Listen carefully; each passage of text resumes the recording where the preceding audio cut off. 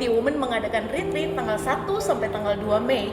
Itu temanya menarik banget. Ada wanita dan kecantikannya, berdamai dengan diri sendiri.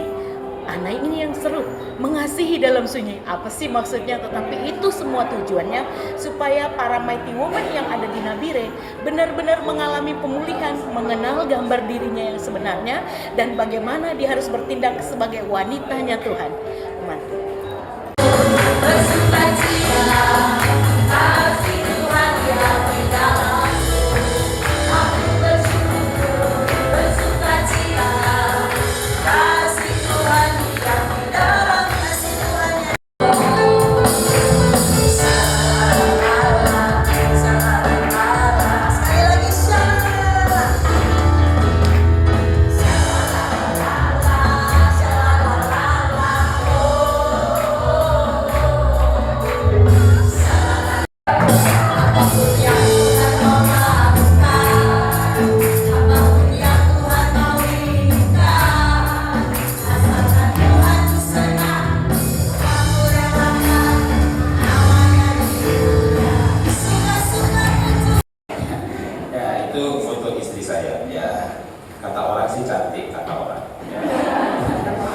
Tuhan Yesus berkata, kalau menurut kamu gitu ya, menurut saya juga cantik sih. Jadi nggak masalah, karena wanita bijak itu yang dipelajari itu punya usaha. Nah, tapi sedikit ke data dulu. Data perceraian 10 tahun terakhir itu mengejutkan. 30 tahun yang lalu yang menceraikan itu suami, tapi 10-15 tahun terakhir yang menceraikan itu istri. Karena wanita sekarang pinter, karirnya lebih bagus, lebih pandai cari duit, sehingga banyak wanita sekarang itu bilang sama istrinya, aku tuh nggak butuh kamu. Ya, jadi banyak wanita sekarang yang digugat cerai 70% dari kasus perceraian. Nah, siapa yang menceraikan suaminya? Yang punya penghasilan. Oke, di ruangan ini aja, siapa ibu yang punya penghasilan? Angkat tangan. Nah, inilah wanita-wanita yang berbahaya bagi suaminya ya. Kalau istrimu punya penghasilan Bapak ya, engkau harus lebih mencintai istri ya. Karena istri itu sekarang berani menceraikan suaminya karena punya penghasilan. Dulu kan suami marah ya istri tunduk. Sekarang punya penghasilan, duitnya lebih banyak. Nyicil motor nyicil sendiri, anak sekolah ibu yang bayarin. Suami sudah jelek, miskin, males.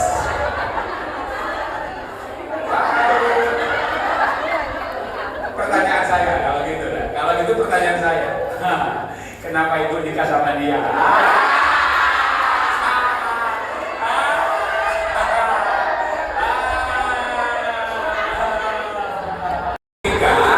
Sehat dan bahagia. Kalau menikah sehat, bahagia. Wajahnya penuh pengharapan. Mencari cinta. Yang sudah menikah, wajahnya penuh penderitaan.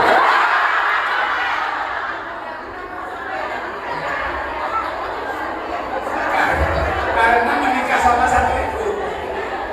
Sama makhluk itu seperti itu.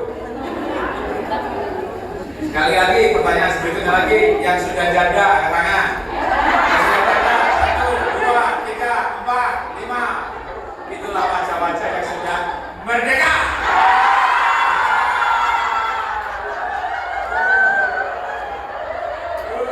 Merdeka, lepas dari penjajahan.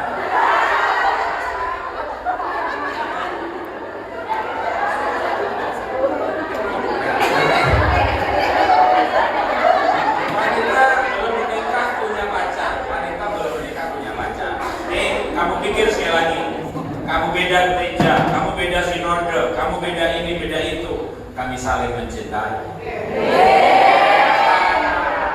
Perbedaanmu banyak banget, kami saling mencintai. Yang sudah menikah, cintanya habis. Maka yang tersisa tinggal perbedaan.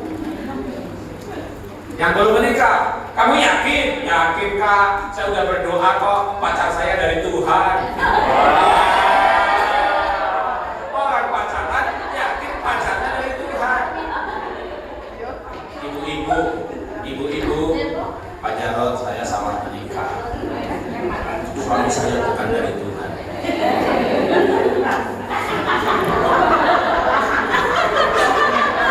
Engkau lah yang mengatakannya.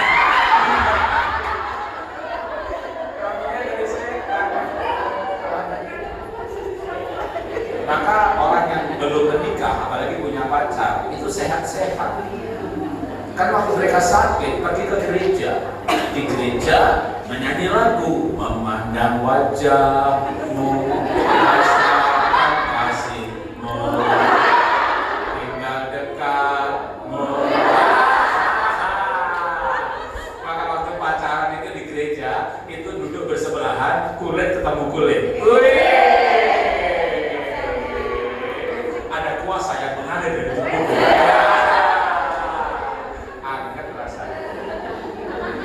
Sudah menikah, suaminya pegang, jangan pegang-pegang. Jadi wanita yang penuh cinta dan cantik itu bukan cuma muka cantik, badan juga sehat. Karena hati itu sumber kehidupan. Tapi kalau hati ini bermasalah, nah bermasalah sama siapa? Masa sama Koden, sama Papa? Masa sama saya? Hati Anda bermasalah ya sama makhluk hidup satu itu. Dicintai anaknya, dicintai suaminya. Punya duit seneng lah. Di gereja dicintai seneng lah. Tapi pergi ke gereja, pergi pelayanan, pulangnya ke rumah juga. Pergi ke gereja, ke camp, kayak masuk surga, pulang masuk neraka. Kan ketemu setan. Kan neraka dan jadi setan. Nanti usah ketemu suaminya lain lagi. Ternyata istri saya kayak setan. Ketemu ibu, suami saya kayak setan. Itu namanya dua setan menikah.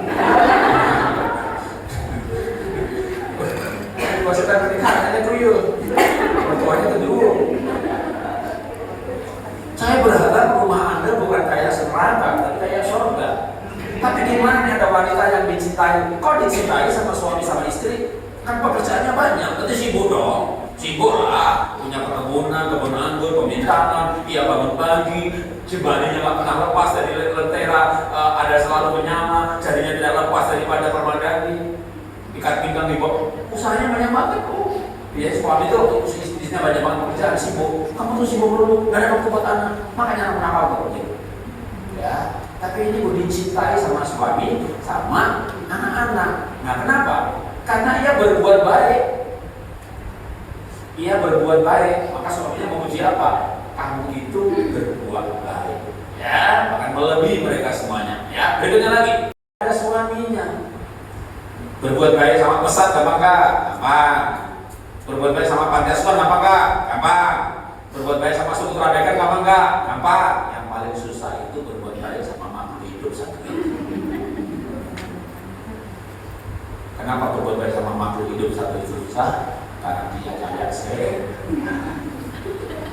dia yang paling menjengkel. Hati saya terluka, dan belum sembuh dari luka hati. Tapi kalau hati kita terluka, kita yang hancur. Hatinya jelek, mukanya jelek. Hatinya jelek, mulutnya jelek. Hatinya jelek, kata-katanya jelek. Ibu itu kata-katanya pedas dan kasar, tapi sebenarnya hatinya lembut. Tidak ada ayatnya. Tidak ada ayatnya. Ada ayatnya. Yang ada ayatnya, yang keluar dari mulut, keluarnya dari hati. Kata-katanya pedas, ya hatinya pedas. Kenapa pedas? Karena disakiti sama makhluk hidup satu itu. Maka salah satu kunci untuk hidup baik itu adalah dicintai sama makhluk hidup satu itu. Kan itu gak gampang. Menikah itu gak gampang. Makanya yang belum menikah akhirnya melihat orang lain, pendetanya berantem, hamba Tuhan berantem, tetangga berantem, sinode berantem, majelis berantem, orang tuanya cerai, tangganya selingkuh, papanya akhirnya tak menikah. Aku panggilannya kayak Paulus gak menikah. Itu bukan panggilan, itu trauma. Maka wanita yang perlu dijaga adalah hati. Karena wanita itu kekuatannya di hatinya, di perasaannya. Kalau laki-laki kekuatannya di pikirannya. Saya pikir mah itu anak saya pukul biar dia tahu biar dia tahu peraturan. Tapi saya rasa lupa kamu pukulnya terlalu keras. Tapi saya pikir lupa. Tapi saya rasa lupa. Saya pikir mah anak kita sekolahkan di Jawa, Surabaya, jauh-jauh tapi bagus. Tapi saya rasa di Nabila juga sekolahnya bagus. Papa, mamahmu tuh gak suka sama aku. Kamu jangan berpikir yang negatif. Kamu tidak merasakan yang merasakan. Jadi wanita kuat perasaannya. Pak Jarod, suami saya selingkuh. Yakin Bu? Yakin Pak Jarod. Ada buktinya? Tidak ada. Dari mana Ibu bisa tahu? Saya bisa merasakannya. Wanita itu kekuatannya di hati, tapi kelemahannya juga di hati. Maka banyak wanita sakit hati. Kalau laki-laki nggak sakit hati, kenapa tidak? Karena tidak punya hati. Gimana mau sakit? Punya perasaan aja kagak. Kekuatannya di hatinya. Kalau hatinya kuat, badannya kuat. Hatinya kuat, mukanya bagus. Jadi cantiknya cantik hati. Karena kekuatannya di hatinya. Berikutnya lagi. Nah, dikasih kesimpulan dulu untuk pendahuluan. Wanita yang mengisi hatinya dengan cinta, maka akan memiliki kekuatan menjalankan seluruh peran kehidupan dengan bahagia. Karena peran itu banyak banget. Tapi Tuhan itu ciptakan Adam, dikasih penolong. Maka untuk berperan yang luar biasa. Karena penolong itu lebih hebat daripada yang ditolong. Orang susah ditolong, orang jatuh ditolong, orang sakit ditolong, penolong sama yang ditolong buat siapa? Maka nanti makhluk suaminya datang pertama, oh tak tidak mereka. Hati-hati sama penolongnya, lebih kuat. Lebih kuat. Simpan pada di malam ya. Oke, berikutnya lagi. Nah, masalahnya adalah gimana mau sehat, Pak. Suaminya kayak bukan Raja Wali, Pak. Suami saya kan ayam, Pak. Apa bedanya ayam sama Raja Wali? Raja Wali itu kayak burung dara. Istrinya lagi bertelur mengalami telurnya, si jantan berburu cari makan. Raja Wali anaknya lahir, si bapak ngajari terbang. Jadi Raja Wali itu jadi bapak yang baik, didik anaknya. Kalau ayam itu betina lagi bertelur, dia jadi betina yang lain. Itu ayam, makanya gak ada lagunya. Bagai ayam jantan. Itu lagu ibu-ibu yang suaminya ayam. Dan itu tidak mudah untuk kita membereskan hal-hal itu. Oke, berikutnya lagi. Tantangan istri milenial, ya. Ya, next. Nah, istri itu teman hidup, suami teman hidup. Nah, kalau saya yang umur ibu-ibu, maka ibu perlu menjadikan suami teman hidup. Suami perlu menjadikan istri teman hidup. Jangan sampai pernikahan kita nanti cuma jadi teman tidur. Bahkan bukan teman tidur lagi, musuh dalam seluruh. Akhirnya suami tinggal di kamar anak, itu kamar B. Suami ikut anak pertama, itu anak kedua. Masa tuanya pisah. Dari sekarang ibu baik-baik sama makhluk hidup seperti itu. Ya, itu gak itu susah, maka kita belajar di sini. Kenapa baik-baik sama makhluk hidup seperti itu? Coba renungi. Nanti anak bapak ibu mulai SMA, mulai kuliah, mulai kerja, mulai menikah, ujung-ujungnya hidup sama makhluk hidup satu dua ini. Ujung-ujungnya berdua lagi sama setan seperti itu. Ya. Oke, berikutnya lagi. Nah, sekarang gimana bisa baik sama dia? Next. Nah, sekarang kisah dulu wanita yang mencintai suaminya. Suaminya ini hidup pada zaman di mana bapaknya menikah lagi, karena bapaknya punya istri namanya Sarah, Hagar, Ketura, dan Abraham masih punya kundi-kundi lagi. Anaknya dia Yakub punya istri Leah, Rachel, Bilhah, dan Silpa. Semua orang pada zaman itu, laki-laki zaman itu punya istri lebih dari satu. Daud pun istrinya banyak, apalagi Salomo. Kenapa Ishak tidak menikah lagi? Bapaknya nikah lagi, anaknya nikah lagi, pamannya nikah lagi, semua pada zaman itu nikah lagi. Karena Ishak itu punya istri yang ketika Abimelek melihat jendelanya tendanya Iska, maka dilihat Ishak dan Ribka sedang bercumbu-cumbuan. Itu Raja Abimelek, raja segala raja, Tuhan Yesus kepada malaikatnya, lihat jendela rumah saudara, maka dilihatnya bapak mencumbu ibu, tetapi ibu diam saja. Ibunya berkata, kuberikan tubuhku, tapi tidak hatiku.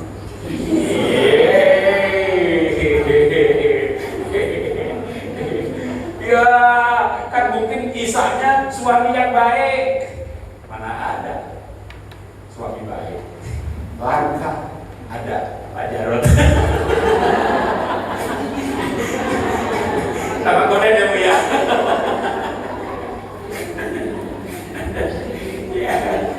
Oke, boleh bantu berikutnya.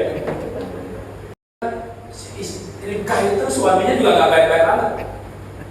Karena ada orang bertanya sama Ribkah, dia itu siapa? Dan Ishak menjawab, dia saudaraku. Jadi Ishak tidak mengakui istri sebagai istri. Gimana itu kalau nggak diakui sebagai istri? Dan itu karena takutnya Ishak, bukan karena apa-apa, memang saudaranya, tapi karena istri Ishak itu penakut. Gimana kalau ibu tidak diakui istri sebagai istri? Terus sebagai wanita tuh ya kalau lagi hamil tuh ya, mumpung lagi ke jalan, lagi ke mall, udah ada 6 bulan, maka pengen dong digandeng suaminya. Suaminya buat gandeng, jualan di depan. Ibu dari belakang, tanda-tanda karena belum mau lagi. Banyak laki-laki gak gandeng istrinya. Kalau aku mau ke jalan, ke pasar, padahal sedang hamil. Tapi banyak ibu bilang sama saya, pengen banget digandeng sama suaminya, pertama lagi hamil. Kenapa? Karena ibu hamil itu ke dokter tanya mana suaminya, dia pergi lagi, mana suaminya, mumpung ada, ibu hamil pengen digandeng suaminya. Kenapa? Karena dia mau tunjukkan kepada dunia ini, kalau dia hamil sama suaminya itu.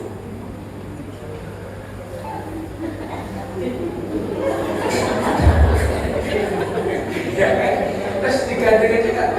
Gimana perasaan ibu? Itulah perasaan Ribkah. Karena Ishak tidak memperlakukan istri sebagai istri. Ada tamu datang ke rumah, ibu bikin kopi di dapur, ya kan? Lalu tamunya nanya sama suami, itu bikin dapur siapa? Bantu. Ibu tetap bikin kopi. Tamunya 2, ibu tetap bikin kopi. 3, yang 2 untuk kamu, kasih gula. Yang untuk suami, kasih berat.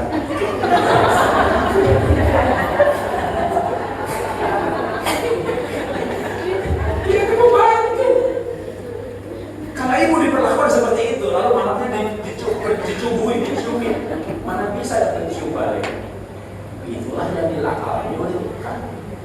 Tapi ayatnya bercumbu-cumbuan, berarti saling mencubui. Berarti Ribkah itu wanita yang mengampuni suaminya, sekalipun walaupun.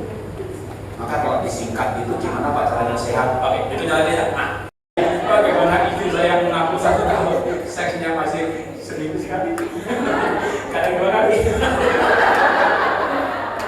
Karena hormonnya berlimpah. Kenapa hormonnya berlimpah? Karena aku cinta sama dia. Ya, udah, kumpuli aja suaminya nanti dah. Kalau nggak pakai kamu aja udah biar duduk bawah. Berikutnya lagi. Jadi si gadis Sulam ini cintai sama Salomo karena dia mungkin ayat itu bukan benar-benar bercinta di kebun anggur sih, hanya ilustrasi aja dari sebuah hati yang merindukan suami. Susah hari ini sudah lagi pacaran kalau udah berkali-kali nggak perlu renungan, pacaran merindukan pasannya. Kalau sudah menikah, aku ke Jawa ya, kapan kita minggu lagi? Datang aja besok.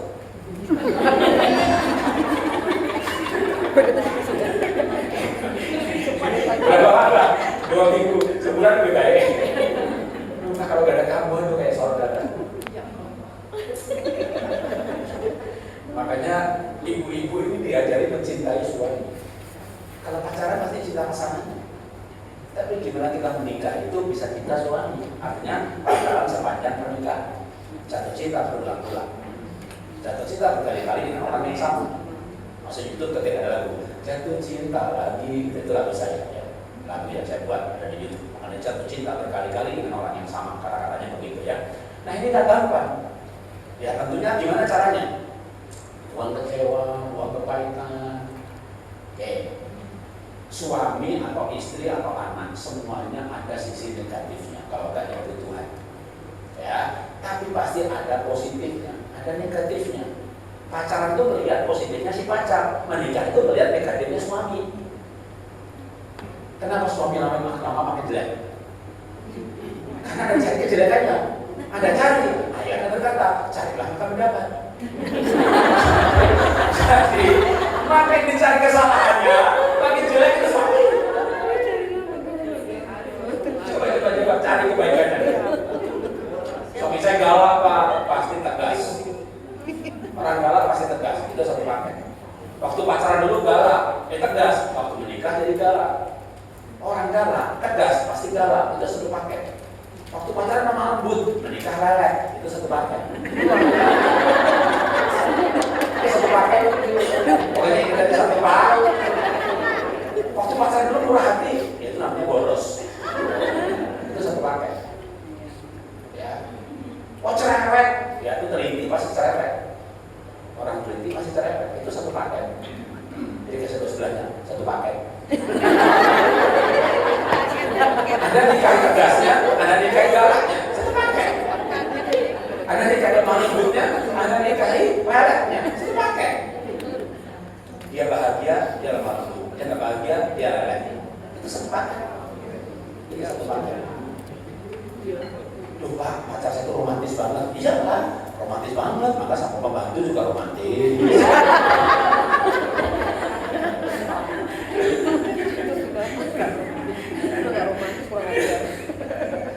Satu paket. Ya. Nah, cari baiknya. Maka caranya adalah supaya bisa jatuh cinta lagi. Mungkin sekali-sekali perlu berdua, sekali-sekali perlu sendirian. Maka ibu sendirian sekarang. Nanti pulang ya, datang nanti dia pulang lagi, ibu di sini sendirian. Sendirian itu nanti ada gunanya. Kita kasih tahu ya. Paling tidak nih, oke, mencari sisi positif. Paling tidak nih, supaya ibu nggak gampang gatal, alergi, sakit kulit gitu ya. Karena ada ayatnya, kulitku kering dan mengelupas karena aku menderita dan mengeluh sepanjang hari. Jadi orang yang banyak merasa paling malang di dunia dan merasa paling susah di dunia itu gampang sakit kulit. Ada. Karena kalau merasa susah, itu likikan ususnya bocor. Kalau usus nggak bocor, maka racun itu dari makanan, mulut yang beracun nggak masalah, masuk lambung, masuk usus halus, usus bisa jadi BAB. Tapi kalau orang gelisah, khawatir, cemburu, atau terutama itu sakit hati, maka ususnya merenggang, lalu racunnya masuk ke dalam darah. Terutama yang banyak merasa paling menderita. Maka supaya nggak merasa paling menderita, malam ini minum. Buat apa Pak? Ada bayi. Ini loh, ini. Ada bayi. Pak, Pak Jarod, itu galak Pak, kasar Pak, aku dimaki-maki Pak, terus siapain lagi? Dia bentak-bentak Pak, terus siapain lagi? Dimaki-maki Pak, terus siapain lagi? Siapain lagi dia? Jadi bentak-bentak Pak. Nanti baru ibu cerita sama ibu itu. Kenapa? Cerita aja. Dia cerita sama ibu yang lain. Oh, aku punya suami begini, kayak Herodes, marah dulu. Terus siapain lagi? Jadi bentak-bentak. Terus siapain lagi? Jadi maki-maki. Terus siapain lagi? Kamu tuh gak ngerti perasaan saya. Loh, kamu cuma dimaki-maki. Aku dimaki-maki tambah digebukin. Oh gitu ya? Iya. Jadi kita sampai itu yang lain lagi. Nah, kamu cuma dimaki-maki. Suamiku tuh bukan maki-maki lagi. Selingkuhan dibawa pulang terang-terangan. Aku langsung lihat. Dia psikopat itu. Ketika ibu ini ketemu ibu lain yang lebih menderita, lebih banyak masalah. Akhirnya dia berkata, oh ternyata punyaku lumayan.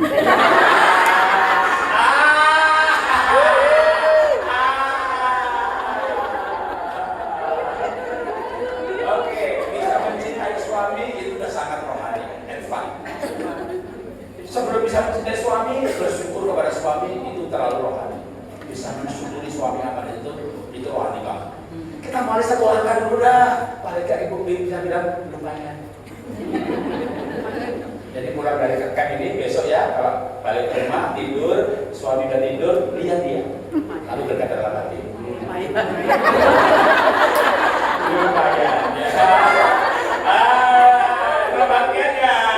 Kalau hati aja, jangan ngomongin. Ya.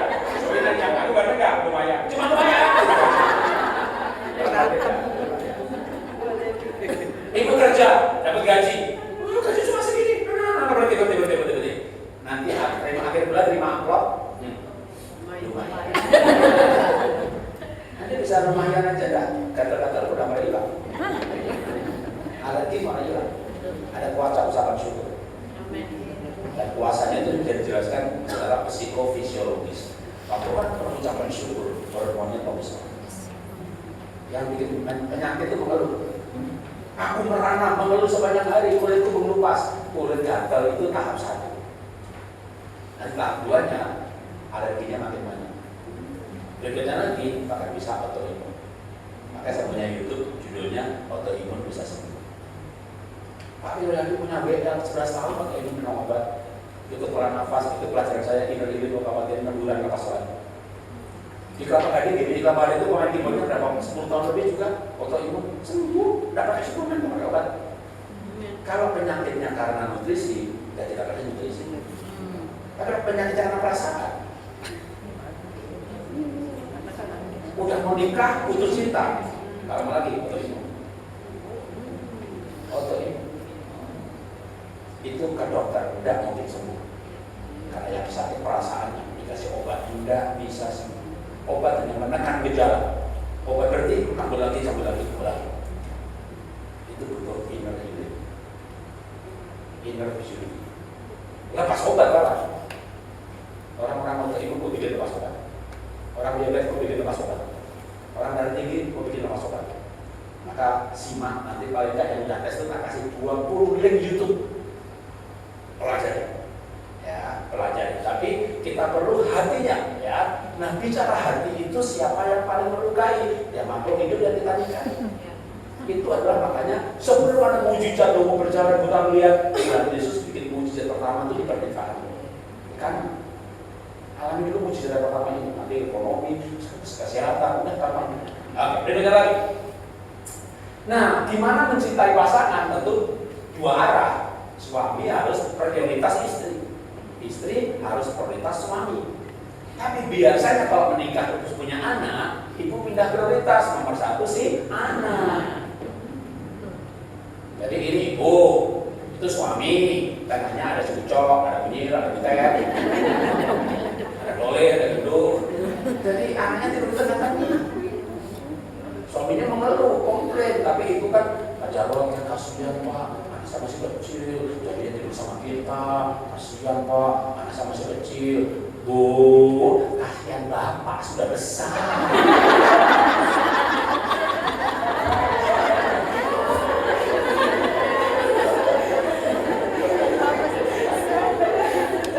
Anak kecil malah bisa tidur sendiri, yang sudah besar nggak bisa.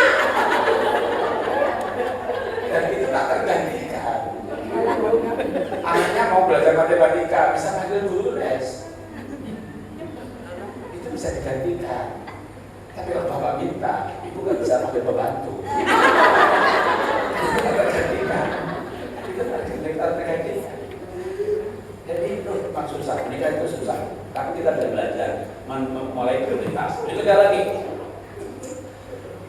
Buang dari kecewa kepahitan, cemburu, iri hati, tak mudah, tapi bisa kita belajar supaya penyakitnya hilang semuanya. Hatinya sehat, badannya sehat kok. Hatinya sehat, badannya sehat. Alergi banyak karena merasa paling menderita, pinggang sakit karena kepahitan. Ada ayatnya. Kalau cara kejepit, kalau pinggang supporting, lambang pemerintahan ada di bahunya. Sakit pundak itu tanggung jawab. Ibu bekerja dengan penuh tanggung jawab, nggak sakit. Ibu-ibu angkat karung beras di pasar, nggak sakit. Tapi kita kalau mulai begini, ini hanya tanggung jawab suami nih. Tapi saya mengerjakan, pundaknya malah sakit. Karena merasa tanggung jawabnya kelebihan. Maka yang paling banyak sakit pundak itu anak paling sukses, anak pertama, CEO, anak kanan bos. Maka juga anak kanan pendeta.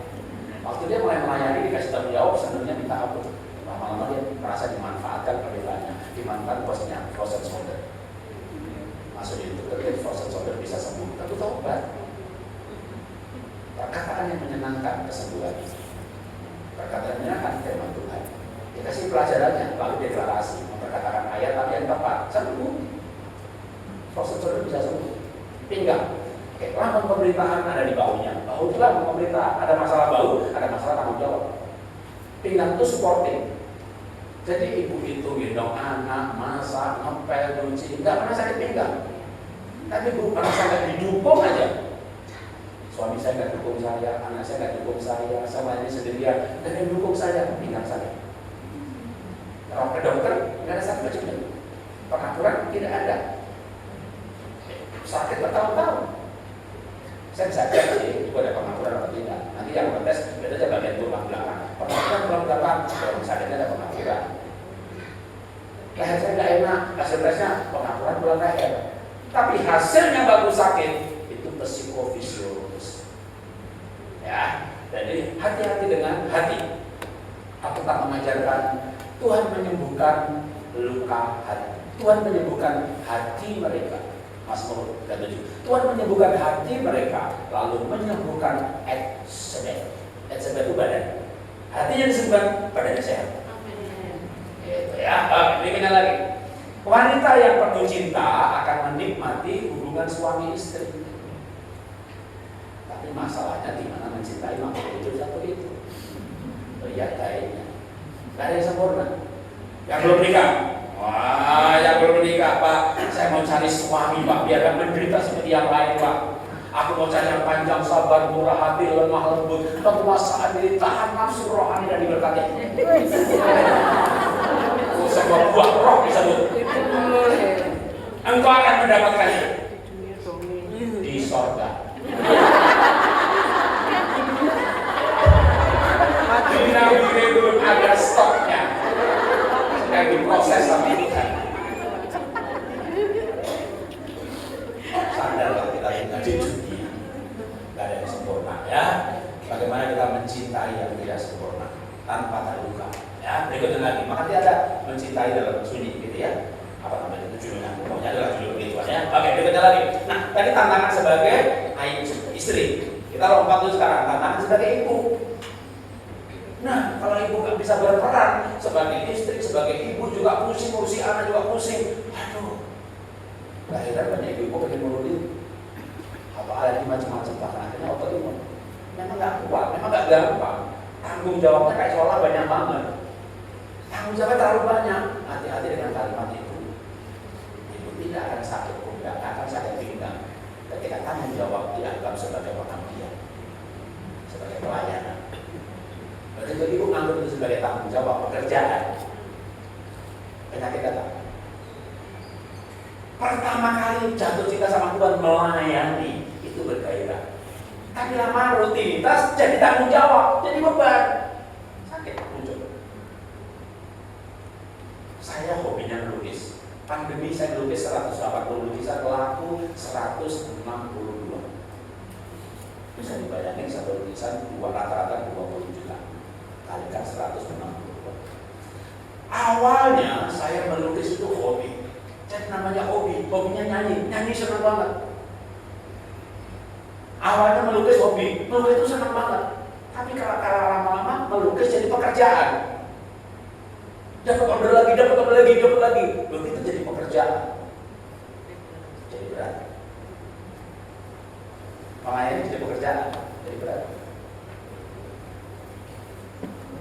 Gendong anak, masak, melayani anak suami, ini pekerjaan saya, ini tanggung jawab saya. Tanggung jawab jadi berat. Gimana berubah jadi pengabdian dan pelayanan? Ya, jadi itu hati. Ini pekerjaan atau pelayanan? Memang tanggung jawab sudah bagus, tapi saya nggak suka kata tanggung jawab. Emang ini pelayanan saya, ini pengabdian saya. Itu sedikit lebih dalam daripada ini tanggung jawab saya. Tanggung jawab.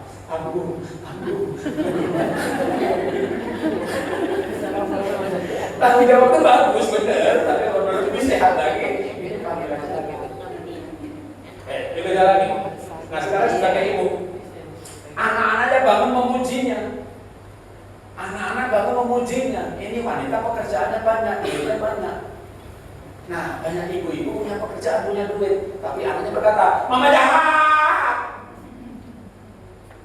Kenapa anak berkata begitu?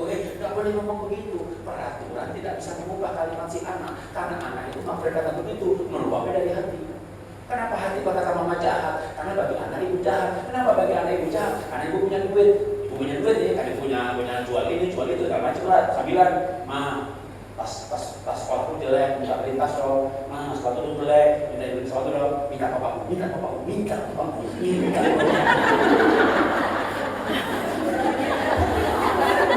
Kok punya gue, tapi gak mau beli anak. Lalu adanya bingung, anak siapa? Ya bingung dia pergi ke kamar sambil nyanyi, siapakah aku ini?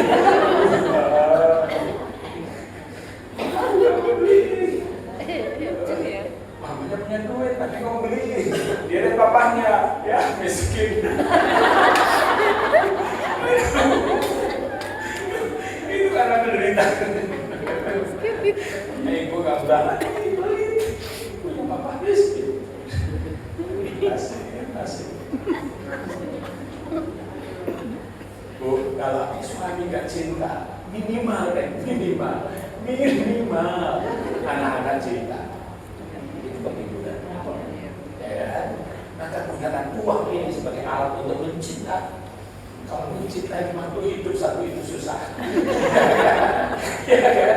Paling cintai anak gitu loh. Anak kandungmu gitu ya. Kecuali anak angkat bawah suami.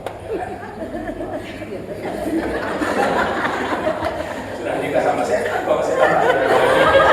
Apa nikah sama lidah? Kalau sudah terlanjur itu pilihan itu harus ada konsekuensi dari pilihan. Tapi kalau anakku sendiri, ya kan? Paling tidak anaknya lah cinta sama ibu. Itu ya. Oke, berikutnya lagi. Nah, sama lagi wanita itu kekuatannya di hatinya. Ibu capek hati sama suami, ya ibu akan capek melayani suami. Ibu capek sama anak, kesel sama anak. Memang anak itu kalau baru 2-3 tahun nikmati tidak? Ikut nikmatin. Ya, karena ada saya remaja yang ngambil ikut lagi. Tuhan itu baik. Ibu kan menikah. Ya, pacaran. Aku mau di sana. Gitu kan, ketemu pacarnya. Iya kan? Udah ketemu pacarnya. Aku mau tetap di sini. Itu pacaran. Bulan madu deh, apa lagunya? Kehidupannya dinyanyikan. Kalau bulan madu lagunya apa? Hai buat Pengalamannya. Kalau nikah dari nikah. Tapi nikah 3 tahun 5 tahun aja lagunya banyak perkara. Yang tak dapat ku mengerti. Kenapa saya menikah? Satu ini 5 tahun banyak perkara. 10 tahun. Dia sanggup, Yesus sanggup, tapi saya nggak sanggup. Karena sudah nggak sanggup cari pendeta. Pak, boleh nggak saya nikah lagi? Pak, boleh nggak saya bercerai? Dan pendetanya bilang nggak boleh. Terus gimana dong? Ya nyanyi lagu lah. Saat tiada jalan. Maka pernikahan yang ke-20-30 lagunya makin sedih. Aku berserah, kamu terserah. Terserah kamu dah, datang apa enggak. Udah capek ngajaknya, terserah kamu lah. Ke gereja apa enggak, terserah lah. Terserah mau makan apa tidak, yang mau masak kalau di meja, mau makan lah, mau mati lah.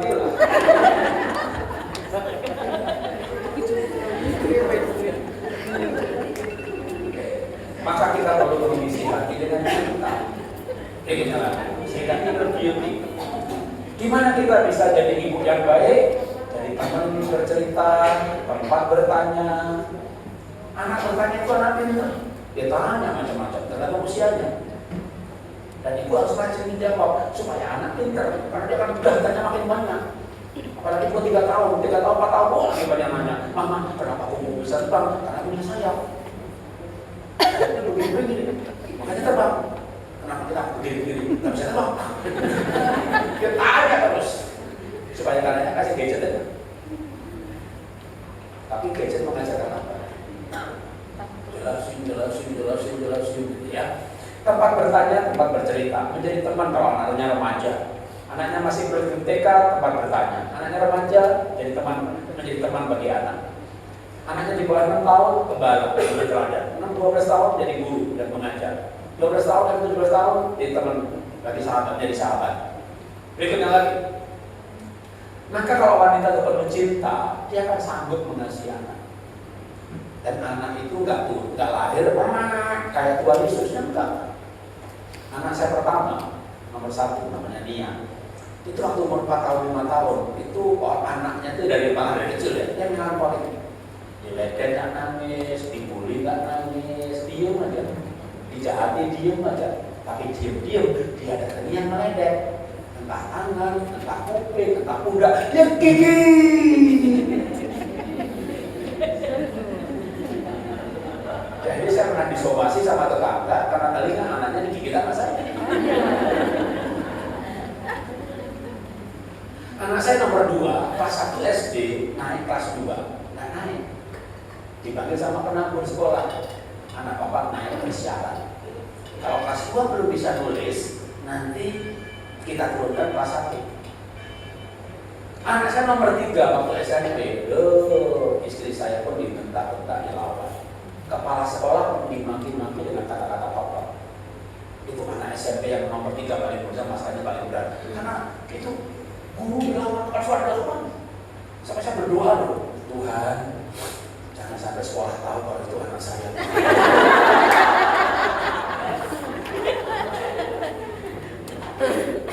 Nggak baik atau dari langit. Tapi kalau sekarang saya bicara anak saya, sekolah di Singapura setahun 400 juta. Dari kelas 3 SMP sampai lulus kuliah 8 tahun gratis, setahun 400 juta gratis. Asramanya sebulan 10 juta gratis, 8 tahun. 1 bulan dikasih uang saku 1.000, 200, 15 juta selama 8 tahun. Nomor 1 begitu, nomor 2 begitu. Anak-anak saya diberkati. Nomor 1 udah punya apartemen di Singapura, dia menjadi konsultan bisnis, pergi ke New York, pergi ke Boston, dia pergi ke Den Haag, dia pergi ke Sydney, terbang pesawat bisnis kelas. 1 sesi dibayar $20.000, hampir 300 juta, 60 menit. Karena saya diberkati luar biasa, mantunya begitu juga. Nomor 2, nggak kalah. Sekarang rumahnya di Citra Garden 8 itu 4 lantai pakai lift. Gak kurang dari 15 miliar. Anak saya menikah, yang kata 500 orang. 1 orang 2,5 juta. Karena tiap orang bisa pesen menu. Aku mau salmon, aku mau sapi. Itu berapa koki dikerahkan. Papa 150 orang, mama 100. Desa, keluarga, mertua juga 300-an, 250 orang. Jadi papa 50, mama 100. Mereka juga begitu, temanku 100 saja, teman 600. Kalau lebih, nambah Pak, bayar sendiri Bapak. Tapi kalau 150, Bapak bisa bayar Bapak. Pak, tanggal segini ukur jas. Mah, tanggal segini ukur baju. Anak saya nikah, saya tidak keluar 1 rupiah. Semua dibayar sama anak. Adik saya itu suaminya dulu asisten dari Pak Yonan Putri. Sampai adik saya bilang begini, Mas, aku ini enggak menghadiri pernikahan banyak pejabat dan pengusaha. Gak ada yang sampai pada sementara. Kamu habis berapa? Aku nggak tahu, aku nggak bayar. Anak yang gak semuanya hidupmu mulia ya, hidupmu mulia. Kalau saya bicara anak, akhirnya diberkati luar biasa, nggak nyusahin orang tua. Tapi dulu,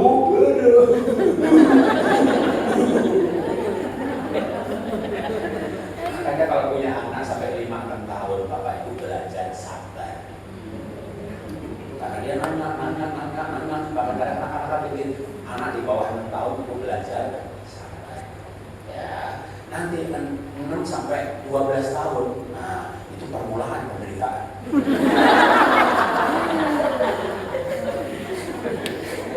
Nanti masa SMP bukan penderitaan 3,5 masa. Itu belajar tabah. Untuk nanti akhirnya berbuah. Saya punya anak 3, tidak ada masalah. Tapi butuh hati yang penuh cinta. Bahkan mencintai anak aja susah. Karena anak juga bermasalah. Tapi kalau kita kehilangan bahan bakar, nah sudahlah. Yang belum nikah, bermasalah, pengen nikah, sudah menikah bermasalah, punya anak bermasalah, masalah anak. Jadi hidup penuh dengan masalah. Siapa yang ibu merasa Pak berat banget hidup saya, doakan Pak ada masalah. Saya doakan. Tuhan, ambil nyawanya.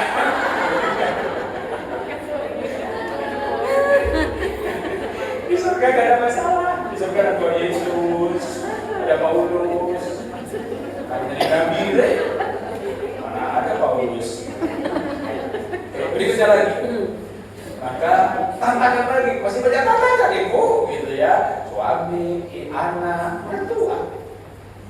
Gak gampang mertua, ya. Berikutnya lagi, ya. Maka ada Ruth yang punya mertua namanya Naomi. Ini Ruth dan Naomi itu hebat sekali. Lalu Naomi ini punya anak laki-laki mati, mantunya meninggalkan semuanya, tinggal satu Ruth. Bangsamu, Allahmu, agamamu, aku ikut kamu. Ini punya mantu yang bisa sampai ikut agama mertuanya. Budayamu itu budaya mertuanya. Lalu dua janda ini miskin karena udah bisa-bisa pulang kampung. Dua miskin, satu tua, satu muda. Tapi yang muda pun juga udah janda. Lalu dari mana mereka ini hidup? Si Ruth ini, kalau orang panen, maka yang jatuh-jatuhnya itu diambilin. Gresek orang Jawa bilang. Lah kok bos kaya raya namanya Boas mau nikah sama janda. Sampai si Ruth bilang begini, udah nikah sama gadis, Israel gak kekurangan yang masih perawan dan cantik-cantik. Kenapa mau sama janda? Lalu Boas berkata, sebab setiap orang dalam kota ini membicarakan engkau, tahu bahwa engkau perempuan baik-baik. Apa itu perempuan baik-baik? Tidak berzina Pak, ada ayatnya. Nah, ada ayatnya loh. Saya suka yang ada ayat. Ayat menjelaskan ayat. Ya nggak berzina ya baik-baik juga, tapi nggak ada ayat. Perempuan baik-baik itu ya banyak nyumbang Pak, ada ayatnya. Itu nyumbang itu baik. Yang ada ayat. Berikutnya lagi. Perempuan baik-baik versi Alkitab. Ada ayatnya hitam di atas putih. Sebab telah ku dengar bahwa engkau sayang pada mertua. Jadi perempuan baik-baik itu sayang mertua. Amin bapak-bapak. Nggak ada bapaknya cuma beberapa orang ya. Jadi ibu belajar mencintai suami susah. Jadi anak lebih mudah, mencari mertua lebih susah. Berbahagialah yang mertuanya sudah mah. Yes. Yang masih punya mertua, teguhkan dan kuatkan. Percaya saya, dia mati duluan. Tapi sebelum dia mati, cintai dia. Ya, berikutnya lagi. Jadi gimana mencintai mertua? Berikutnya lagi kita kasih cerita aja sebelum kita tanya jawab. Sekarang jam 12. Kita nanti sampai ke Oke, supaya waktu bertanya jawab. Tiap sesi ada waktu bertanya jawab ya. Oke, kita kasih cerita. Ini ceritanya dimulai kapan? Dimulai saya lahir. Saya lahir September 63, jadi sekarang 62, sebentar lagi 63 tahun. Ya, itu fotonya kok nggak jelas? Zaman dulu mana ada yang jelas? Kan kita tulis semuanya. Ya, belum ada perubahan. Berikutnya lagi agak jelas sedikit, tapi di sini bukan saya. Ini yang saya mau tunjukkan sebenarnya adalah justru backgroundnya ini. Jadi bapak saya itu nggak punya rumah. Dia jagain tanahnya orang lain. Dan di tanahnya orang lain itu dibangun kayak bangunan. Dindingnya bambu, atapnya daun seng plastik, lantainya itu tanah, orang Jawa bilang jonggan. Tanah itu dari halaman, lalu naik sedikit supaya nggak air mengenang. Dan tanah itu sampai ke ruang tamu, ruang tidur, semuanya tanah. Jadi nggak disemen. Tanahnya orang lain. Jadi kalau pernah dengar kesaksian saya, Pak Jarod itu orang miskin yang merantau ke Jakarta lalu jadi kaya. Jadi itu orang miskin yang merantau. Kenapa saya miskin? Gambar ini menjelaskan karena bapak saya miskin. Kenapa bapak saya miskin? Karena bapaknya bapak.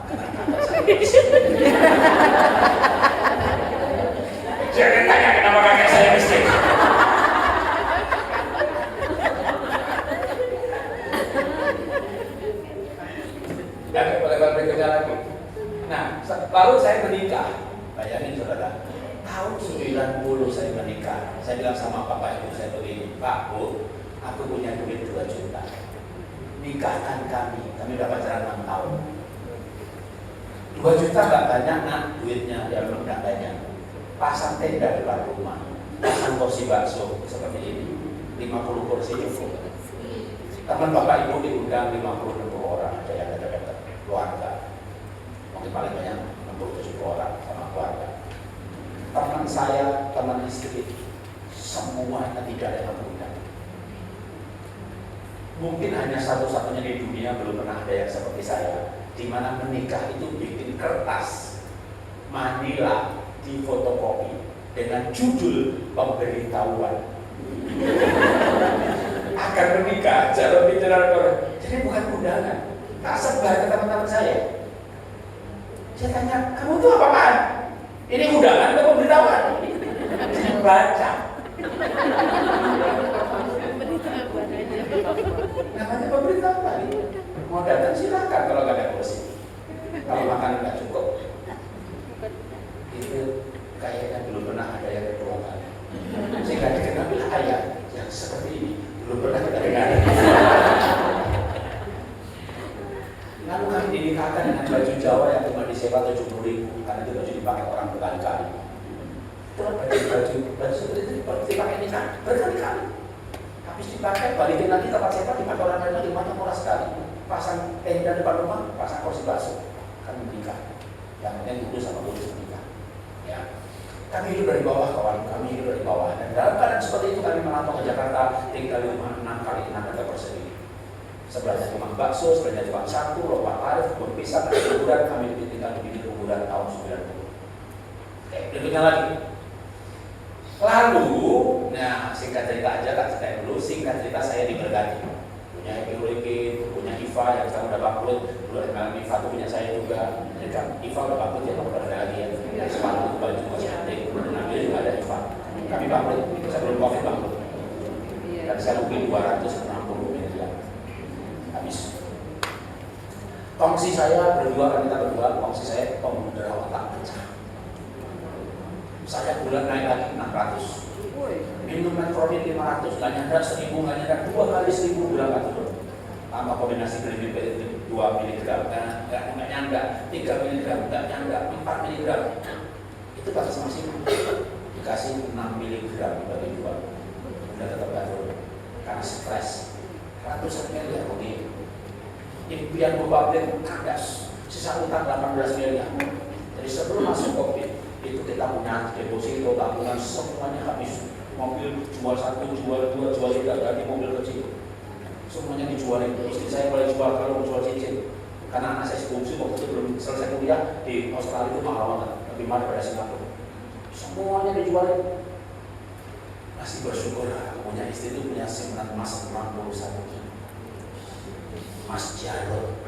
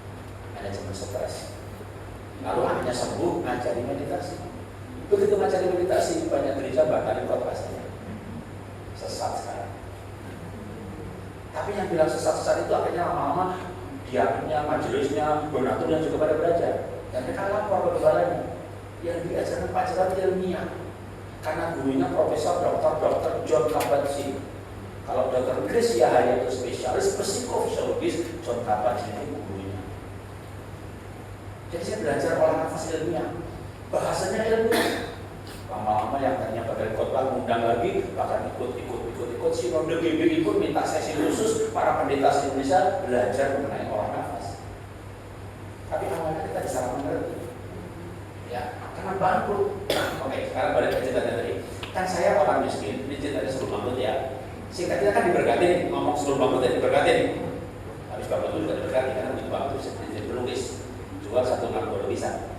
Saya tetap berkata saya orang yang diberkati. Bangkrut, tapi diberkati. Oke. Tapi ini sebelum bicara bangkrut ya. Diberkati. Nah, kira-kira begitu orang miskin diberkati itu gimana? Bantu adik, bantu kakak, paman, tante, keponakan, bapak, ibu, saya bantu semuanya.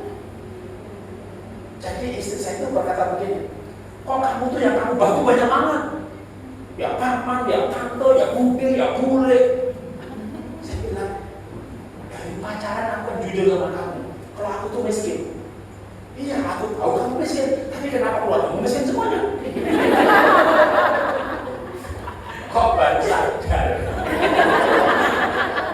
sadar ya, orang kaya itu ya papanya kaya, tanahnya kaya, bolehnya kaya, semuanya kaya.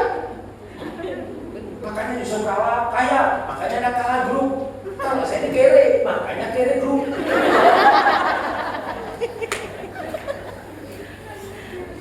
Jangan begitu nikah dengan saya.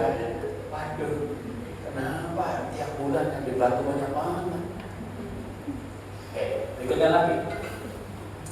Maka pernah terjadi kalau saya ngasih ibu saya, istri tak tahu.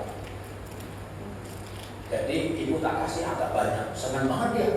Saking senangnya, dia telepon ke Jakarta bilang terima kasih, dan yang terima telepon istri saya.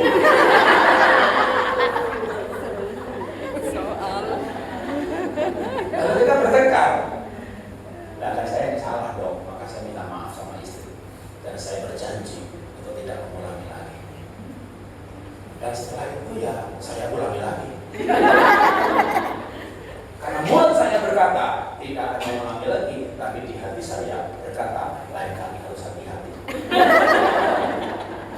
Dan lain kali saya hati-hati. Saya bilang sama ibu, ini istri nggak tahu ya, jangan terima kasih sama istri. Itu nggak bagus nah, itu nggak benar. Mau duit apa enggak?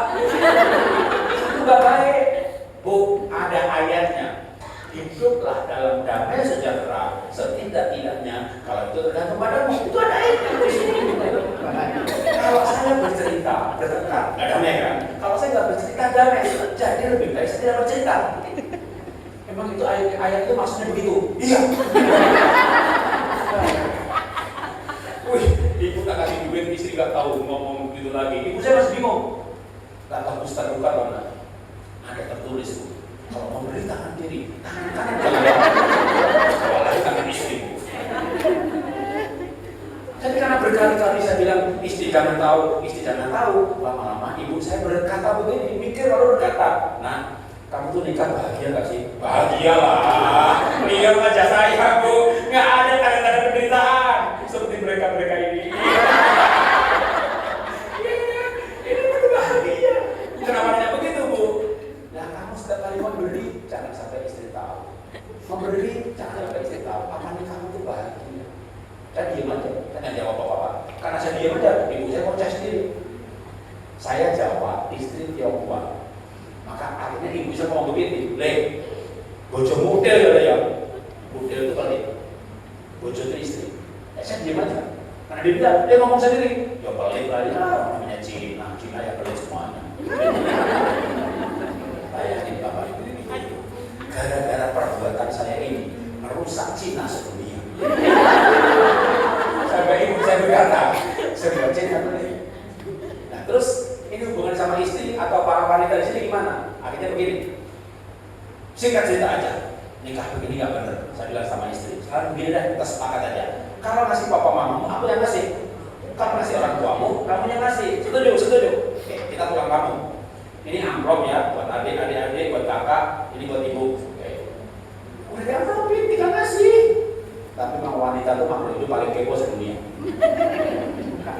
Udah diamplopin, tinggal ngasih. Itu yang khususnya buat ibu saya karena tebel dibuka. Akhirnya saya bilang begini, udahlah, ada ayatnya. Memberi itu sukacita, kalau kaya yang diberkati. Jadi kalau kamu nggak merasa kurangin aja berapa, tetap amplopin 1 juta. Di luar dugaan saya, nah ini ibu perlu belajar dari istri saya. Ibu perlu belajar dari istri saya. nambahin 500.000. Dilem lagi amplopnya, kasih ibu saya. Singkat cerita, sekali, 2 kali, 3 kali, 4 kali, 5 kali, ibu saya berdiri berkata begini dalam bahasa Jawa. Tak titeni yo, saya ingat ya anak ya. Tak titeni tak ingat. Saploke saya ngasih Mbak Esther, saploke itu sejak yang memberi Mbak Esther tambah banyak. Lalu saya bilang begini, senang ya, tambah banyak senang. Ya orang ngono ya tidak begitu. Nah, model itu kowe. Karena sejak yang memberi Esther tambah banyak, jadi yang pelit kamu. Itu saya mau berteriak sebenarnya. Itu sudah cerita 20 tahun lebih yang lalu. Sampai ibu saya dipanggil Tuhan, saya tidak jadi berkata. Boleh juga nanti malam kalau suami mau belajar. Jadi saya nggak jadi berkata, nggak jadi berteriak. Apa sih yang saya mau teriakkan sebenarnya? Ibu saya ini kalau di surga pasti dekat bapak saya. Dari surga dia begini, jempoli. Yang saya mau teriakkan adalah begini, tapi nggak jadi terucap. Itu isi nambahin pakai duit saya.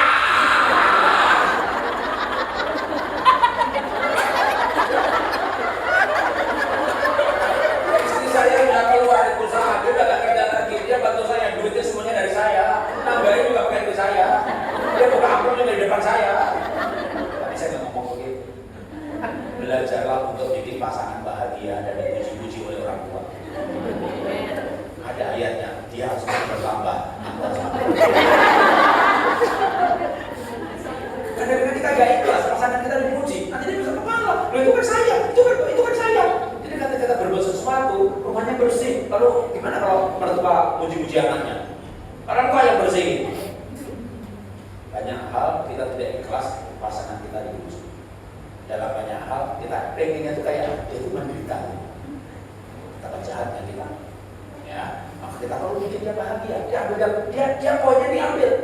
Tidak ada ruginya waktu istri ibu saya sampai meninggal dia nggak tahu keluarga saya. Ibu itu cinta banget sama istri saya. Please mantu kesayangan. Akhirnya adik saya juga begitu. Tante kesayangan. Jadi ketika istri saya disayang sama ibu saya, adik saya, ya dia makin sayang saya. Oh dia tahu dari mana duitnya. Dan dia makin sayang sama saya karena dia melihat saya itu tutup mulut. Saya membiarkan dia dapat pujian. Gak gampang apa itu, gak gampang. Tapi kalau kita bisa mencintai pasangan, itu pasangan pasti akan cinta. Yang ditabur yang itu. Dan mencintai itu berarti gak ngambil kredit, gak ngambil poin. Gak gampang, tapi bisa. Ya. Maka kenapa dulu saya kalau ngasih ibu diam-diam? Karena saya masih curiga dan sanksi dan tidak yakin istrinya bisa pegang duit apa tidak. Makanya juga ngajari pada suami, istrimu nggak bisa pegang uang, oke, kasih uangnya bulanan. Dia kasih seminggu habis pacaran, kasih mingguan. Istri saya kasih 1 bulan, 2 bulan, 6 bulan, kasih terus setahun. Karena akhirnya begitu saya dia cinta ibu saya dan bisa pegang uang. Sekarang semua uang dipegang. Semua uang dipegang. Panitia nanya Pak, pengganti tiket Pak untuk presentasi, rekeningnya istri. Saya pergi kemana-mana kerja Pak, kalau berinstrumen rekening mana? Rekening istri. Tapi apakah saya akan begitu kalau dia gak cinta ibu saya? Saya laki-laki, kami punya konsep hidup darah keluarga lebih kental. Maka banyak laki-laki tidak terbuka dengan istrinya. Kalau dia pun cerai itu mantan. Tapi tidak ada mantan ibu, tidak ada mantan anak. Banyak laki-laki yang dekat dengan keluarganya, duit buat orang tuanya, duit buat anak-anaknya. Saya pun pernah begitu. Nikah 36 tahun, 10 tahun pertama saya seperti itu. Sudah khotbah, sudah nulis buku keluarga, musir setan bakar jimat dan berbahasa roh. Tapi duit, aku pegang, istri dikasih jatah. Sebulan berapa? Ya 20, kasih 20 juta. Kamu rasa aman berapa? 6 bulan, kasih salary 6 bulan. Tapi tiap bulan nambah terus. Sampai saya tahu dia bisa pegang uang, sampai saya tahu dia cinta keluarga saya. Maka itulah kenapa Boas berkata kepada aku mau menikah sama kamu sebab kau sayang mertuanya. Laki-laki punya duit, lalu punya istri gak sayang mertua. Terus rumahnya nama istri, terus deposito nama berdua, nanti dia mati, dia bersuanya sama istri. Dan dia bukan segini. yakinkan suamimu bahwa engkau sayang mertuamu. Tidak gampang, tidak gampang. Tapi kalau kau benci mertuamu, anaknya juga benci engkau.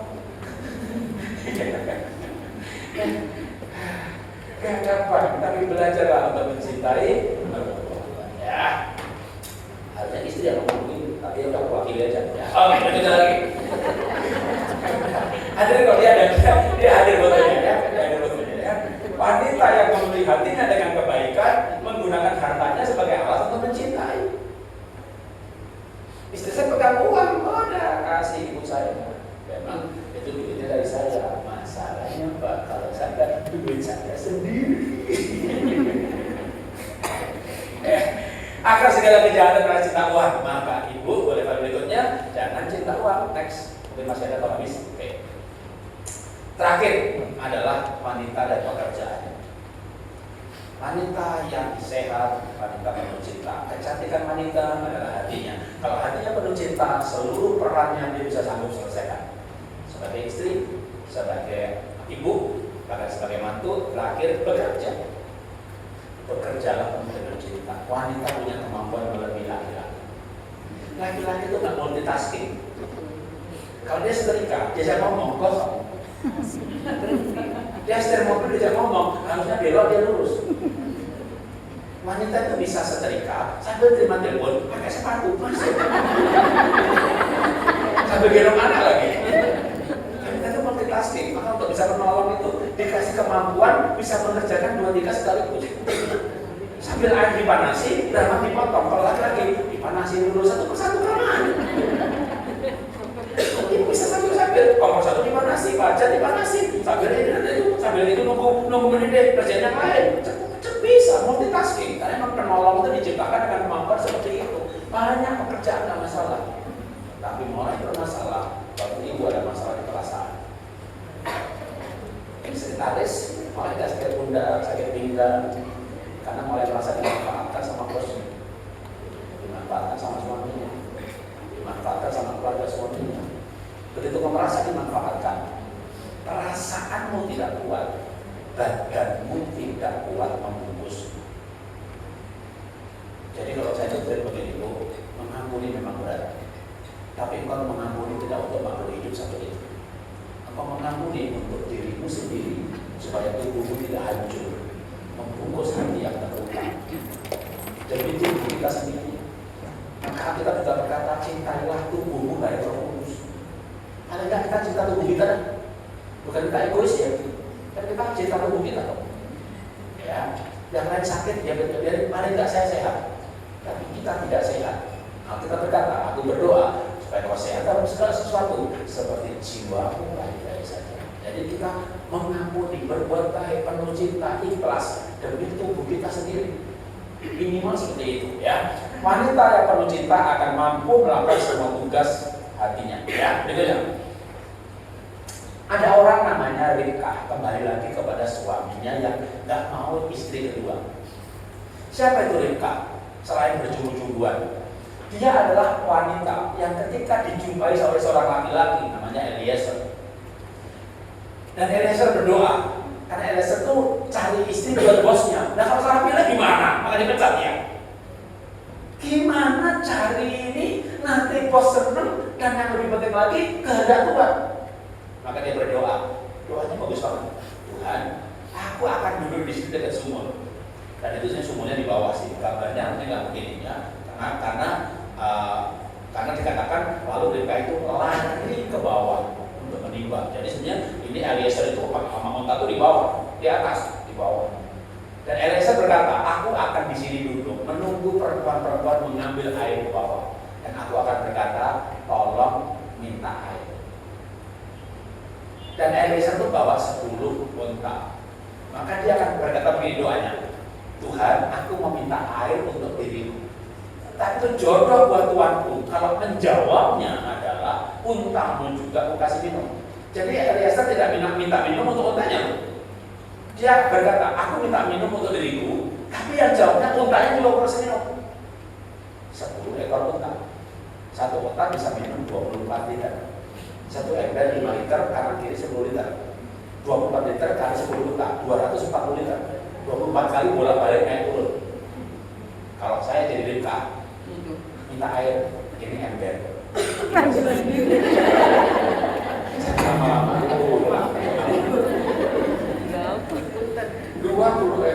4 liter kali 10 bentar, bolak-balik, berarti 20 kali lah.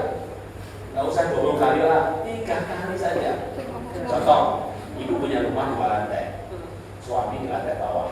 Mah, kacamata aku ketinggalan di atas, tolong diambilin. Ibu naik, ya, ibu turun. Ya, mah, turunnya juga ketinggalan.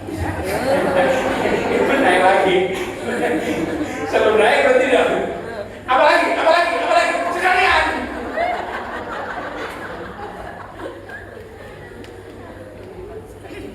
Jadi Eliezer ini berdoa itu teologis yang dipraktiskan. Aku mau cari istri buat tuanku yang suka menolong. Dan dia berlari dan menimba untuk semua. Dia antusias bekerja. Dan ibu percaya saya, ibu tidak akan sakit pinggang. Ibu tidak akan sakit pinggang dengan bekerja selama ibu tidak merasa dimanfaatkan. Akhirnya kita akhiri dengan kesaksian ya, sekarang jam supaya selesai dan waktunya habis. Oke, itu lagi.